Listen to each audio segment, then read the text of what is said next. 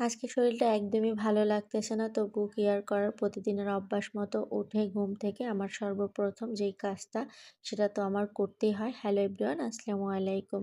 শরীরটা একদমই ভালো লাগতেছে না। শরীরটা ভারী লাগতেছে, মনটাও যেন ক্লান্ত। কিন্তু গৃহিণী বলে কথা। শরীর খারাপ মানেই তো আর বাসার কাজ ফেলে রাখা যায় না, তাই না? না করতে মন চাইলেও করতে হয়। আমি আর যাই করি না কেন, এই জিনিসটা না করলে মাথাটা একদম স্থির থাকে না। এই ড্রয়িং রুমের টেবিলটা আমাকে পরিষ্কার করতেই হয়। বাহির থেকে এসে যখন দেখি টেবিলটা এলোমেলো ধুলোয় ভরা, তখন মনে হয় যেন পুরো বাসাটাই এলোমেলো হয়ে আছে। সেই অস্থিরতা থেকেই এই কাজগুলো আমি সুন্দর করে প্রতিনিয়তই করি। তাই শরীর যতই খারাপ থাকুক, প্রথমেই টেবিলটা ভালো করে মুছে পরিষ্কার করে নিই। একটু গুছিয়ে নিলে মনে হয় অন্তত বাসার একটা কর্নার ঠিকঠাক আছে। ভাবনাটাই একটু শান্তি দেয়, তাই না বলেন? আজকে তেমন কিছুই করার ইচ্ছা নাই। রান্নাবান্না তেমন একটা করব না। বাসায় যেগুলো আছে সেগুলোই খেয়ে নিব চিন্তা করছি গরম করে। তেমন কিছুই রান্না করব না। শরীরটা তেমন একটা ভাল লাগতেছে না। একদিন তো মানুষের নিজের জন্য একটু থামতেই পারে, তাই না? কিন্তু ঢাকার এই ধুলার কথা ভাবলে অবাক লাগে। কোথা থেকে আসে এত ধুলা? বুঝতে পারি না সত্যি। মনে হয় এই ঢাকা শহরের ধুলা কখনো ঘুমায় না। ওরা আমার মতো সারারাত সজাগ থাকে।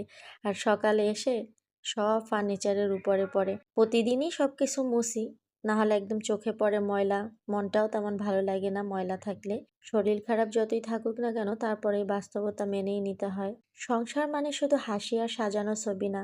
অনেক ক্লান্তি, না বলা কষ্ট আর প্রতিদিনের এই ছোট্ট ছোট্ট দায়িত্বের গল্প। আর তাছাড়া আমার মন শরীর যতই খারাপ থাকুক না কেন, সংসারের কাজ করতে আমার ভালোই লাগে। সংসারটা একটা শান্তির জায়গা। যত শরীর খারাপ থাকুক দেখবেন আপনার ঘরটা একদম চকচকা থাকলে, সবকিছু গুছানো থাকলে অনেক বেশি মন ভালো লাগে। সেটা হোক অল্প স্বল্প জিনিস, আপনার যতটুকুই আছে ততটুকুই যদি আপনি গুছিয়ে পরিপাটি করে রাখেন, দেখবেন অনেক বেশি শান্তি কাজ করে। আর গৃহিণীর জন্য একটা বড় ওষুধ এটা। কারণ এলোমেলো কিন্তু একটা গৃহিণী অতটা পছন্দ করে না। মানে সারা দিনটাই কিন্তু একটা গৃহিণীর ঘরের ভিতরেই বন্দি হয়ে কাটাতে হয়। আর এটাকে বন্দি বলা হয় না। এটা আমাদের প্রতিদিনের কাজ, প্রতিদিনের অভ্যাস। আর এভাবে করেই চলতে হয়। আর তাছাড়া সত্যি কথা বলতে বাসায় আমি কমফোর্ট ফিল করি সবসময়। আগে একটা সময় ছিল বাহিরে যেতে অনেক বেশি ভালো লাগতো। এখন আর সেই বিষয়টা কাজ করে না। এখন ঘরে থাকতে বেশি ভালো লাগে। ঘরের টুকিটাকি কাজ করতে, এটা ওটা গুছিয়ে রাখতে, এগুলোই এখন অভ্যাসে পরিণত হয়ে গেছে। এই তো শরীর খারাপের মধ্য দিয়েও বাসার টুকিটাকি সব কাজই কমপ্লিট করলাম। এখন যাব মেয়েকে স্কুলে আনার জন্য। এটা আমার প্রতিদিনের একটা পার্ট। মেয়েকে স্কুলে আনতে যাওয়া একটা চাকরির মতো বলতে গেলে, তারপরও একটা শান্তি।